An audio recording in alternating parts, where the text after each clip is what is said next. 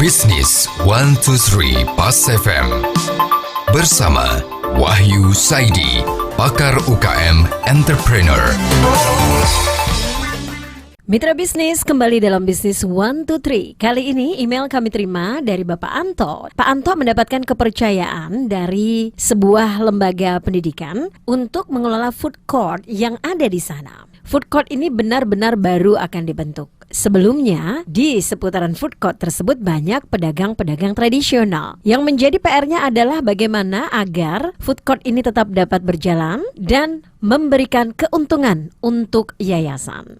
Baik Pak Anto, berikut Dr. Wahyu Saidi MSc, pakar UKM Entrepreneur. Mas Anto, Anda mendapat kesempatan yang sangat baik. Pasar sudah ada, selama ini tidak tertib, dan sekarang disediakan sarana prasarana untuk menampung pasar yang ada ini, dan ada tugas untuk Mas Anto bahwa ini tidak rugi.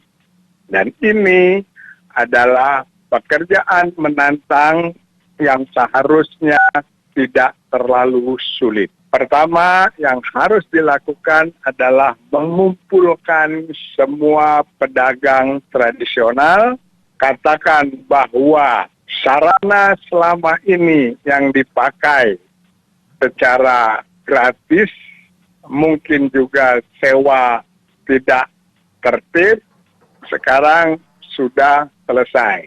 Tidak boleh lagi ada pedagang kecuali di tempat yang disediakan.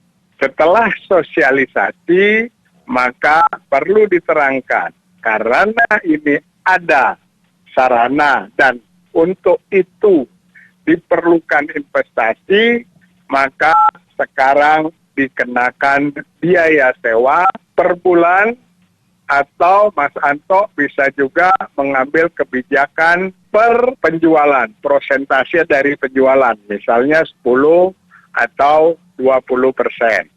Itu silakan diambil.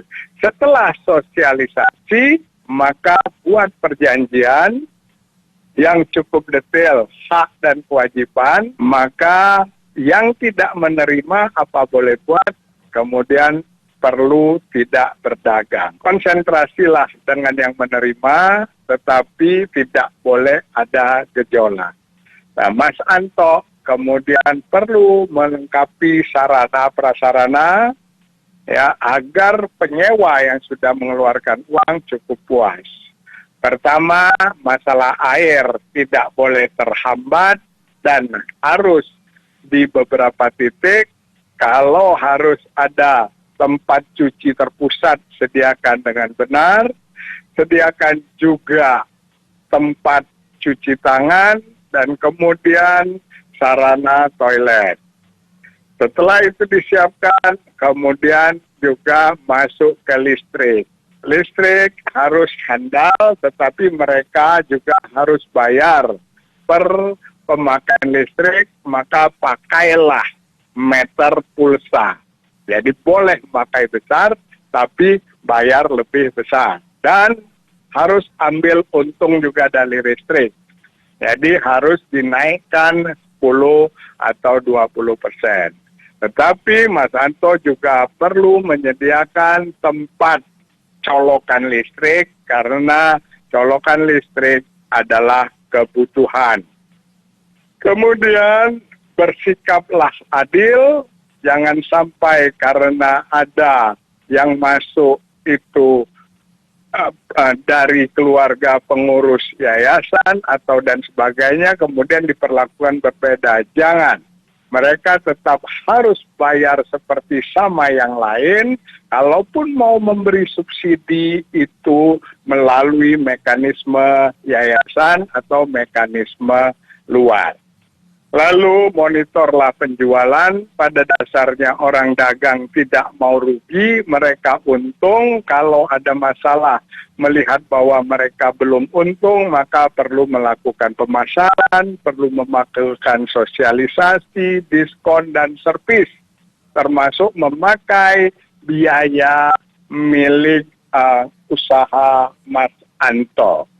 Nah, setelah itu mulai jalan, pedagang mulai untung, pelanggan mulai senang, maka tinggal melaksanakan pengawasan, penjagaan, agar makin lama, makin rame, makin baik. Nah, mekanismenya adakan pertemuan rutin bulanan, ada evaluasi mingguan, dan mungkin sekali setahun atau dua kali setahun adakan gathering bersama. Sukses Mas Anto dengan food court di lembaga pendidikannya. Demikian Bisnis 123 Pas FM.